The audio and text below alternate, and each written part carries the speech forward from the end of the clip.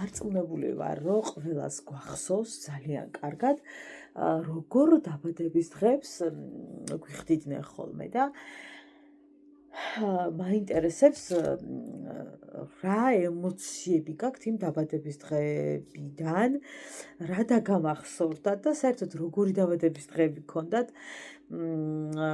უმრავლესობას ასეთი დაბადების დღეებიც გქონდა და ცოტა სხვანაირიც, მაგრამ ხშირ შემთხვევაში გქონდა, ახლა გეტყვით როგორი დაბადების დღეები. ვიკრიბებოდით უამრავი ადამიანი, ყოველ შემთხვევაში ჩემს შემთხვევაში ასე იყო და ჩემს ირგვლივ მყოფებისაც მე მგონი ვეცდებ ვიცნობ. იყო ძალიან დიდი ტაშფანდური, ზარზეიმი და ძირითადი აქცენტი იყო იმაზე, რომ მშობლები უნდა ყოფილიყო ძალიან ასიამოვნები, ძალიან კმაყოფილები, ძალიან კარგი კერძები უნდა ყოფილიყო, ძალიან ყველაფერი უნდა ყოფილიყო ძალიან კარგი, იდეალური. თუმცა მშობლებისათვის კეთდებოდა ძირითადად და არა ბავშვებისათვის. ერთხელ როგორ მახსოვს, ერთ-ერთი დაბადების დღე საკმაოდ ბევრ ადამიანს ველოდებოდით და ბევრი ადამიანი შეიკრიბა და ასე ვიდექი სკამზე ბუკეტი და მოდიოდნენ და ჩუქნიდნენ საჩუქრებს და ძალიან კარგად მახსოვს ეგ დღე მოკლედ. ეგ მომენტი. დღეს ვერ ვიტყვი, აი ეგ მომენტი მახსოვს ძალიან კარგად. და რა არ მომწონდა გეტყვით. ახლა ამდელი გადმოსახედიდან გეუბნებით, რაც მოვიზარდე. ძირითადი აქცენტი რო კეთდებოდა მშობლებზე, იყო ძალიან ესეთი არასასიამოვნო ალბათ. იმიტომ რომ ახლა რო წარმოვიდგენ, რომ ჩემს დაბადების დღეზე დაუპატიჟო ადამიანები მშობლებთან ერთად, ოღონდ მე არაფერ შუაში ვიყო თითქმის და მხოლოდ მშობლები ერთობოდნენ, ძალიან არ მომეწონებოდა, ძალიან წინააღმდეგი ვიქნები, რა ლოგიკურიც არის მე მგონი. მაგრამ ადრე არ იყო ასე და ძირითადად ხდებოდა ისე, რომ ჩვენც ვიყავით პატარები, რაღაცა სადღაც გაგვიშლიდნენ იქ რაღაცებს, ტორტს, მოკლედ. ჩვენი ნაწილიც იყო რაღაცა ისე დაგეგმილი, რომ აქ დაждდებიან, მიირთმევენ და მერე ვითამაშებენ. მაგრამ ორიენტაცია დაკარგულებებით არ მოდით, იმიტომ რომ რეალურად ჩვენზე ნაკლები ფიქრი იყო, უფრო იმაზე იყო ფიქრი, რომ სტუმრები, მოწვეული სტუმრები, მათი მშობლები უნდა ყოფილიყვნენ ესე ძალიან აწყობილად და დაწყობილად, რაც ძალიან ცუდია. რა თქმა უნდა, ყველაზე უნდა იფიქრო, როცა დაბადების დღეს იხდი და ახლა რაც არის განსხვავება, არის ძალიან დიდი და ძალიან კარგი. იმიტომ რომ თუ მაგალითად ახლა არის ბავშვის დაბადების დღე, ძირითადად ყველა ვართ შემოკრებილები მის ირგვლივ, მისი მეგობრების ირგვლივ, რომ პირველ რიგში ის პაწაწუნები უნდა იყვნენ, როდესაც მათთვის კეთდება, ხო და მათი თანატოლებისათვის კეთდება, მათთვის უნდა იყოს შესაბამისად ყველაფერი მოწყობილი. რა თქმა უნდა, მშობლების ნაწილზეც აუცილებლად უნდა ვიფიქროთ, ყავა, ჩაი თუ არ აქვს მნიშვნელობა, ტორტი თუ როგორც ხდება. და ძალიან კარგი საშუალებაა ცენტრები. ძალიან მომწონს ცენტრები და რა თქმა უნდა, ახლა ცენტრში ხوار გადაუხდი დაბადების დღე და შეიძლება არც მოუნდეს რაღაც მომენტში ბავშვს, მაგრამ ხშირ შემთხვევაში მაინც უფრო ცენტრებს ირჩევენ, ხო, მეტნაკლებად და ძალიან მომწონს, იმიტომ რომ ძალიან დიდი ყურადღება ექცევა ბავშვს და ბავშვებს, თანატოლებს, მათ მეგობრებს, იუბილარის სტუმრებს და ასევე იმ პაწაწუნების მშობლებს, ვისაც ჩვენ ვეპატიჟებით, ხო? ავტომატურად იშლება მათთვის რაღაცა გარკვეული სივრცე, სადაც შეუძლიათ ყავა მიირთვან და ასე შემდეგ, გადაევნონ თვალი, გადაუღონ ფოტოები, განიტვირთონ. ანუ პრიორიტეტი ვისი დაბადების დღეც არის ის არის და არა ის, რომ მშობლები უნდა იყვნენ აუცილებლად კარგად დანაყრებულები, აუცილებლად რაღაცა კარგად გაერთონ და დედა რა კარგი იყო და სადღეგრძელოებზე და ეს რო აღარ არის, მე ძალიან მომწონს. იმიტომ რომ არ ვიცი, ალბათ შესაძლოა სადღაც ხდება კიდევ, მაგრამ ჩემს ირგვლივ აღარ ხდება ყოველ შემთხვევაში.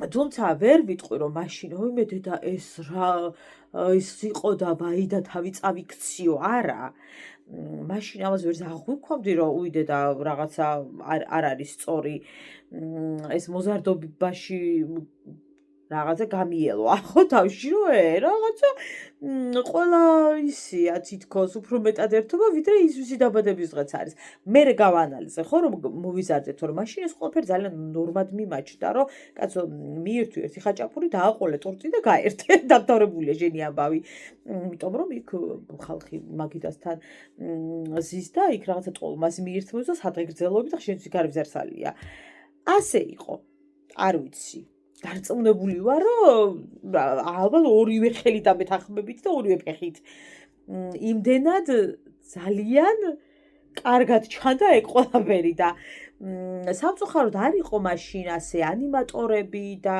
აი და არ იყო იყო ძირითადად სახლი სადაც შეგვეძლო სტუმრების მიღება და წერტილი ანუ არ იყო ახლა როგორც არის უამრავი რამ და შეგიძლია მაგალითად რაღაც ცენტრის გარდა წაიყვანო პაწაწუნები თუნდაც მუშტაეთში წაიყვანო თუნდაც ზოოპარკში თუნდაც კინოში თუნდაც თეატრში დაპატიჯო ხო ახლა კიდე რაღაცა მეტის საშუალებას გაძლევს რისიც არ გქონდა ადრე და არ იყო ძალიან ვიწრო იყო ეს ყველაფერი შეკრება სახლში მშობლები მაგიდასთან ბავშვები რა ვიცი მაგიდის ქვემოთ უჭერზე სადღაც დავრბოდით წუთით მირეკავენ იმდენ ხას ვისაუბრე რომ საერთოდ გაწყდა ახარც მახსოვს ვიდეო დედა წასულია გორში ჩემ წითელთავა სიყვარულებთან ჩემ დედაშვილების ოჯახში და აქედან დამირეკა და ცოტა ვიჭორავე ხო და რას ვამბობდი ხო, ну, დაახლოებით აზრს მახსოვს ხარაზე ვსაუბრობდი და დაახლოებით რომ გავაგრძელო, ეგ არის რომ მომწონს ის რომ ახლა პრიორიტეტია ის ადამიანი, ვისი დაბადების დღეს არის. ბავშვის არის ბავშვზეა მთელი ყურადღება გადატანილი, დიდი არის დიდზეა გადატანილი და ძალიან მომწონს მოკლედ რა და კიდევ რა მომწონს ძალიან კარგად მახსოვს რომ ძალიან რაღაცა მოდაში იყო რა დაბადების დღეზე როცა ხარ მაგალითად რო ავიღოთ 12 წლის რატომ უნდა მაჩუქო თებში რატომ უნდა მაჩუქო სერვიზი რატომ უნდა მაჩუქო ჭიქების ნაბორი ანუ აი ადრე ეს იყო რაღაცა დაუწერელი კანონი რომ ბავშვის დაბადების დღეზე ხო გეპატიჟებოდნენ და ავტომატურად ფიქრობდი იმაზე რომ წასულიყავი და გეყიდა ოჯახისათვის საჩუქარი და არა ბავშვისათვის რაც აი მართლა გულით მიხარია რომ ახლა ასე აღარ არის და ბავშვის დაბადების დღეზე აღარ მოდიან მსგავსი საჩუქრებით და როცა არის პაწაწუნას დაბადების დღე ცდილობენ რომ მისი ასაკის შესაბამისი საჩუქარი მიუტანონ და არა რაღაცა ქვაბი და ტაფა და რაღაცები იმიტომ რომ უნდა იცოდე ხა ვის დაბადების დღეზე მიგაქ რა ხა 3 წლის ბავშვს არ აინტერესებს შენი ქვაბი ხო მაგრამ ადრე კიდე სხვანაირად ფიქრობდნენ ადრე კიდე სხვანაირი არ ვიცი ალბათ ჩემზე კიდე ბევრად უფროსებიც მეტყვით რომ იყურებთ აი რატო ხდებოდა ასე იმიტომ რომ სულ მაინტერესებს რატო მიქონდა და რატო მიქონდა დედა რა თქმა უნდა რაღაცა თოჯინებიც მოქონდათ ისიც განა არ მოქონდათ მაგრამ ძირითადად მაინც რაღაცა საოჯახო საჩუქრებით დადიოდნენ ხოლმე და კარგია რომ ეს ცოტა მოიფანტა ეს საკითხი, იმიტომ რომ რა ვიცი რა თქმა უნდა ახლა მაგეთად მარიამს ქვაბი. აი რატომ უნდა მოეწონოს ქვაბი? ხო, აი როგორც ახლა მე არ მომეწონება მაგალითად რა ვიცი რა რომ აჩუქოთ რაღაცა მარიამ შესაბამისი ასაკობრივი რაღაცა აი რა ვიცი საერთოდ რომ უი რა საყვარელია ვიტყვი და გადავდე და 100 წელი რომ არ გამოვიყენებ. ისე ვერ გამოიყენებს ახლა მარიამი დიდხანს რაღაცა იმას რა ქვია ჭიქების ნაბურს და რაღაცა სერვანტში უნდა გამოწყიტო და რაღაც ხო აი ეგ არის რაც ძალიან არ მომწონდა მე გავაანალიზე რომ რაღაცა ძალიან არ მომწონდა და ახლა რაც მომწონს ეს არის თუმცა ადრე რაც იყო კარგი და რაც რაღაცა ძალიან მithბობდა გულს და რისი დანაკლისიც მაქვს ახლა და არა მხოლოდ მე, დედაჩემის თაობასაც აქვს უკვე ეს დანაკლისი, იმიტომ რომ ნუ ყველა ვიზრდებით, ხო? ეს არის ურთიერთობები. აი რესტორანი მაგალითად მე ძალიან მიყვარს რესტორანი, მუსიკა, აი ძალიან მიყვარს. მაგრამ ეს არ არის ადგილი, სადაც ისაუბრებ. ანუ რესტორანში ვერ ისაუბრებ, იმიტომ რომ არის იმხელა ხმაზე აწეული მუსიკა, რომ ნუ ფიზიკურად რა უნდა მოხდეს ახლა, რომ რესტორანში რამე გააგებინო, ადამიანს ვინც დიდხანს არ გინახავს, ან თუნდაც კაცო ნახე წინა დღეს, მაგრამ ანუ კომუნიკაცია ხო უნდა გქონდეს. ეს ყველაფერი ნაკლებად არის. ნუ გააჩნია არის კაცო რესტორნები, სადაც სულაც არ არის ახლა ბოლო ხმაზე და არ აღრიალებენ მუსიკას და არის ძალიან ისეთი კლასიკური, იქ პიანო და იქ რაღაცა ხო ხვდებით, აი სულ სხვა ლეველის რესტორნები რო არის. იქ შეგიძლია წახვიდე და ისაუბრო და ისე რომ გააგონებ. ხვდები ხმაზე კომუნიკაცია, ჯანსაღი კომუნიკაცია გექნება და რესტორანში მხოლოდ უნდა მიირთვა და იცეკო. ხა მე არ ვიცი, დიდად რესტორანში ვერ ვსაუბრობ ხოლმე, იმიტომ რომ არ მესმის და ხშირ შემთხვევაში ვკივი ბოლო ხმაზე რომ გავაგებინო ადამიანს რაზე ვესაუბრები. კომუნიკაციის ნაკლებობა არის და არა მხოლოდ რესტორანი, ხარ რესტორანზე ვისაუბროთ, ადამიანები ერთმანეთს ვეღარ ვნახულობთ. გავა თვეები და ჩემ უახლოეს ადამიანებს, ვისაც გიждები, მიყვარს და დრო იმდენი მიტარებია, რა ვიცი, ვეღარ ვნახულობ, იმიტომ რომ დაოჯახდით, ყველამ თავისი გზა მოძებნა, ყველას თავისი ოჯახი ყავს, ყველა თავის საქმეშია გადართული, ყველა თავის სიხარულებში, პრობლემებში, იმაში, ამაში, ყოველდღიურობაში და სხვადასხვა ტერიტორიებზე ვცხოვრობ და უკვე ძალიან გართულ და ადამიანებთან მისვლა-მოსვლა, აი სულ იხსენებს ხოლმე დედა, რომ რაიმეო, რა ვიციო, ყოველკვირაო იზი არ გავიდოდაო რუსთავში გამარჯვებაში, ჩემ ახლობლებთან არ ჩასულიყავი, კვირა არ გავიდოდაო და ახლა არათუ კვირა შეიძლება წლები გავიდეს და ჩემს ახლობლებთან რუსთავში ვერც გადავიდე. სამწუხაროდ. ასე ხდება. რაც ძალიან ცუდია და რაც ნუ რეალურად ხო ურთიერთობებს ანგრევს, რა თქმა უნდა. ერთი წუთი ხო. და რაღაც არჩეს ახლა გამარჯვება გეხვეწებით, აგერ ორ ნაბიჯზე ჩემი ბიძაშვილი ცხოვრობს. მართლა ორი ნაბიჯია, ხალხო განავტყუი აგერ ჩემი სალორო ცხოვრობს და ორი კვირა არ გადავსულ, არ მინახავს. ანუ ერთმანეთი არ გვინახავს. თუ არ ჩავთვლით იმას, რომ გზაში შემხვდა. ამ დროს ორ ნაბიჯში ვცხოვრობთ. 100 ახანდახან შორს რო ცხოვრობს, იმას უფრო შევნახულობ ხოლმე, აი ვერ გაიგებ რა. ძალიან რთული გახდა მოკლედ ადამიანების ნახვა და რა ანგრევს ურთიერთობებს, ხო? დისტანცია. და ჩვენ დისტანცია ხსა სპეციალურად კი არ როგორც დისტანცია დაჭერილი რომ არ მინდა და იმიტომ არ ვნახულობ. არა, ვეღარ ვიცლით, იმიტომ რომ მოდებული ვართ მილიონ საქმეს. ადამიანები და როცა გვაქვს დასვენება, უკვე მთლიანად ჩვენს ნაჭუჭში გვინდა დავისვენოთ და იმის იქით აღარ გვინდა გავიდეთ. აი ისე მეზარება ხოლმე სადმე გასვლა, ისე მეზარება ხოლმე, რომ აი უკადრო გრჩება ორი ფეხი, ორი ხელი. ოღონდ მე რომ გავალ და განვიტვირთები და რაღაცა აი რა მდგომარეობაში ვარ ახლა ყოველ წელს მავთქრებს სად უნდა გავიდე ახლა რა უნდა მოხდეს რომ ვიღაცამ დამირეკოს და მე სადმე გავიდე სამსახურის მე აი ხო გამორიცხულია და დედიკო ამბობს კაცო ჩვენც მუშაობდითო შვილო მაგრამ გავდიოდითო ვიღლებოდითო მაგრამ ანუ ახლა არ ვიცი სხვანაირად ვიღლებით თუ ზარმაცი თაობა ვარ თუ რა ვართ მაგრამ ნუ ხო ასე გამოვიდა ჩვენ გვაქვს ურთიერთობის დანაკლისი.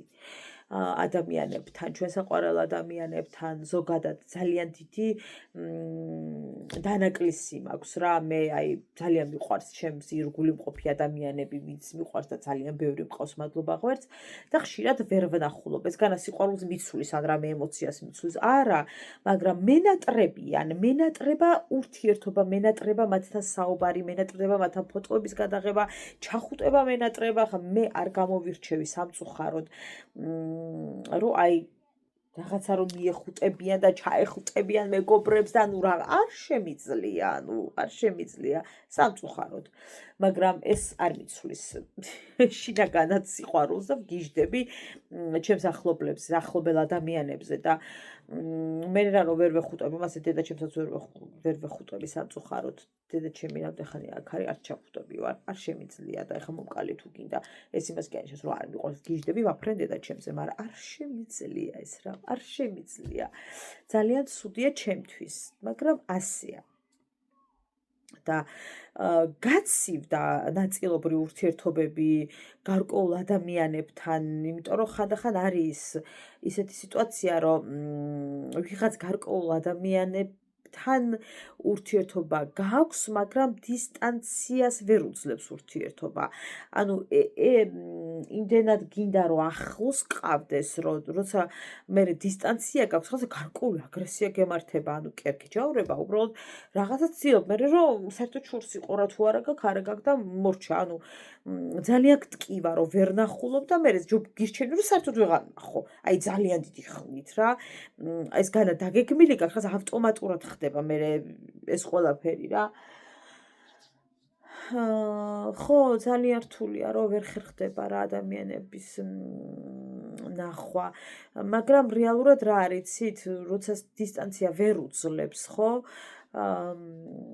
დროს და ვერ უძლებს ურთიერთობას, მე მგონია რომ ეს არ არის მთლად ბოლომდე ძალიან ისეთი ურთიერთობა.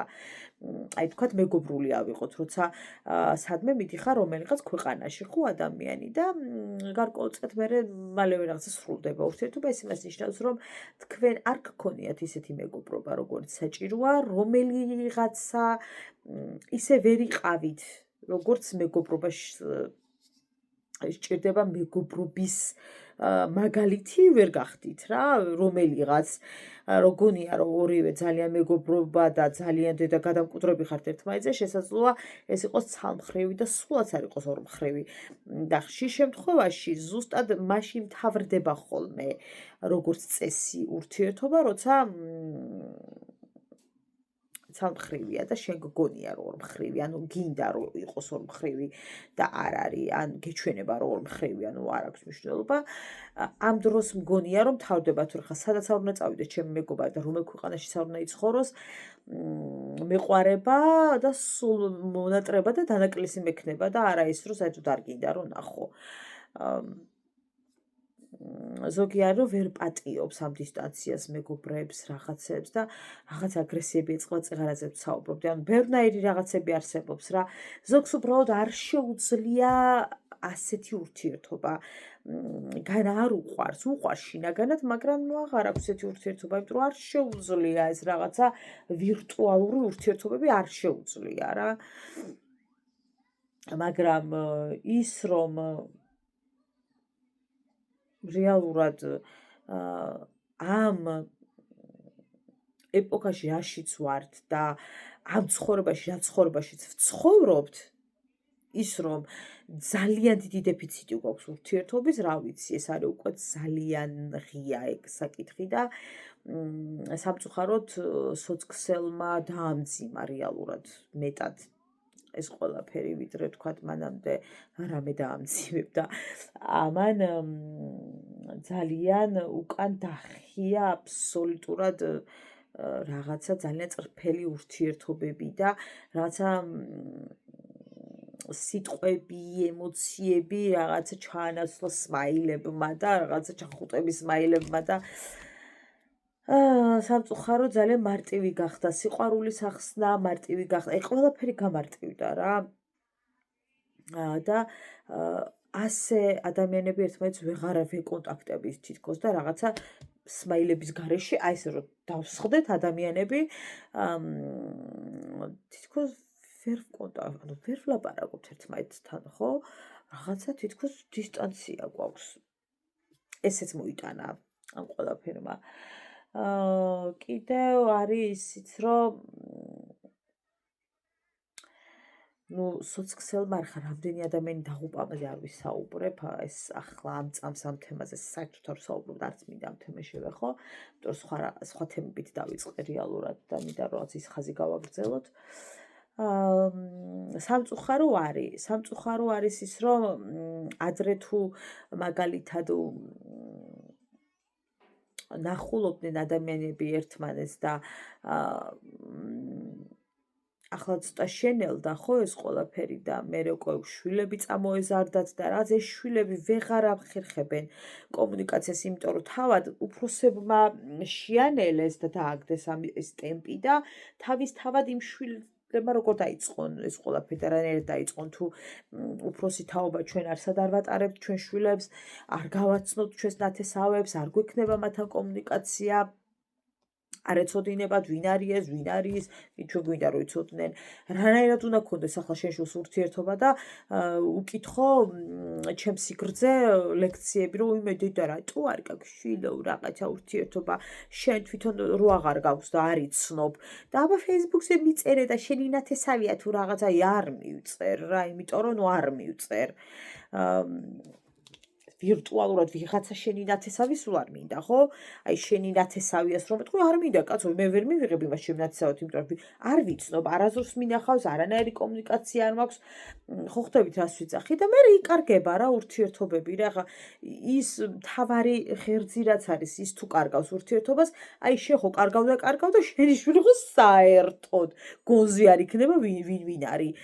და ამიტომ უნდა ვიაროთ, ამიტომ უნდა ვატაროთ ჩვენი შვილები, ამიტომ უნდა გქონდეს ნათესავებთან ურთიერთობა, ამიტომ უნდა გქონდეს, აი ხო ხვდებით რა, ჩემს ასაკშიც გადასარავად დადიოდა დედაჩემი ყველგან და დაგვატარებდა და ანუ მოკლედ ხო ხვდებით და ძალიან ისე იყო აქტიური ცხოვრებით ცხოვრობდა.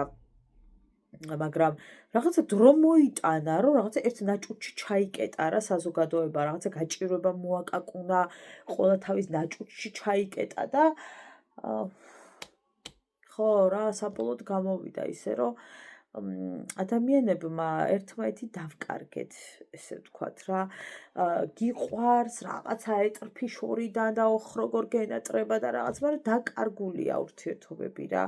და ახლა უკვე იმას ჯერდები, რომ წელიწადში ერთხელ მაინც ხო ნახულობ, გესმით? და ანუ არ არის, არაფერი არ არის. ხა წელიწადში ერთხელ შენ ძალიან ახლობელს ნახავ და არაფერი არ არის. ურთიერთობები დაიკარგა რეალურად რა. სამწუხაროდ. ბევრი რამის თქვა მინდა, მაგრამ ახლა უნდა დაგტოვოთ. მადლობა რომ მიყურეთ. თქვენი დოდო. ყავაჩამა ყველაფერი მაქვს. არცა და არ ვაპირებ, არცა ყავის დასალევად გასვლას, არცა კოქტეილის შემცდა, საერთოდაც გადაგასვლას არ ვაპირებ, დილის ამოვედი სახლში. ხო, გაძვირდა ყავა, ნიჩი ვახლა, ლარი შავაყრევინე დღესა მეყოფა. ხალხო, რა მინდა გითხრათ? დღეისა მცადე გადამეღო დილისა ვლოგი. ვინც არიცით, გეტყვით დილისა ვლოგი ნიშნავს დღეს რა. ესე იგი, როგორი დილა გქონდა, მთელი დღის ვლოგი ნიშნავს, რომ მთელი დღე რას აკეთებდი და მაგას რა გადამაღებინეს, იმდე რა მეჯვაკეთებ, შემა თვალები დაგეხალოთ. ხო და მეთქი ავდგები, გავიცუნსულებ და გადავიღებ დილის ვლოგს. ახლა ყველა თუ იღებს, მე ვინ ჩემი ისა ვარა ქვია, ბალალაიკა ხო? ვაი ალო. ეგეც არ გიდახოთ არაფერი. ჯერა ხო გული შემიღოდა დილი თვალები რო გავახილე და ეკრანს შევასკდი. აჰა, ტმები. აჰა, ხვილი დატო დადმის ვინჩი მაგიადადის. რა დილი ასე ზილი ვიყავი რა. ჭუჩები მოგრეხილი, მოთუშული ვიყავი, აზეზილი ვიყავი, მერეთ გადავიზეზე. უხასიათოდ ვიყავი, პრიჩილას ვეძებდი. ეგა ხო იცით რა არის. მიზეზი რა ხო. მაგას ავეძებდი და არ ვიცი რა, ვიყავი სასიცხარი, ისეთი ვიყავი. ხო და თქვენა რო იღებ დებო, ძმებო, დილისა ვლოგს, როგორ აიღოთ, როგორ ვარდები? მიჩიბობდი არ დადის ჯერა ახლა არა გავარ ვარცა ვარდი ხო იცით როგორ არის როზი რა ისა ხო რა როგორ ავთქვა გოგო რო ისა ბერძნულათა როგორ ავთქვა ვარდი არა ხო და დამიწერეთ აღარა მახსოვს ახლა ბერძნულად ვარდი ყველაფერი ხო არ მეწოდინა ხო და არ ვიცი როგორ იღებთ ეგეთ ვიდეოებს რო სულ ამაზე მიხართ ხო შეიძლება ერთი დღიანი ხოთხალ ხო ლამაზები დავარცხნილები ასე იყვიდებთ ესთეტიკურად მე რო გავიღვიდე დედა მე თუ მაღალო ეგ შემთხვევით არ ამეტვირთოს всё კანეთ თელი ზანა ქვია ვიდეოები ჭაჭდება ხო ფიქრი ახლა ის აიღებს მეთქი და ჩემი ერთსა კაცა ბლისკინესა ბლისკალათის ბლისხიძე ვარ მეთქი ხო ვინც არის ეგ არის ელიზა გასატეხი შეგდათ იმეორე დღეში ასჯერა ხა ჩემთვის ორჯერა საკმარისია სულ არ გავიმეორო მაინც ამარა თქვენთვის ასჯერ დაიჭება არ გეყოთ ხო და არ ვიცი ხალხო რა როგორ იღებთ ასეთ ვიდეოებს მეც ამასწავლეთ რომ რაღაცა ჩავუცქე და შევაჭერდე ხო და მან მინდა ახლა იმას დავურეკო კალას დავურეკე თორე ეგ ხო ისეთ გადაღებებში მაინც არის რა სოლიდური და რაღაცა მაგრამ დავურეკო რა ვუთხრა გადაცემა დააწყეს ხო რა ვიცი ხო და დამიწეროთ როგორ იღებთ ვიდეოებს ბაი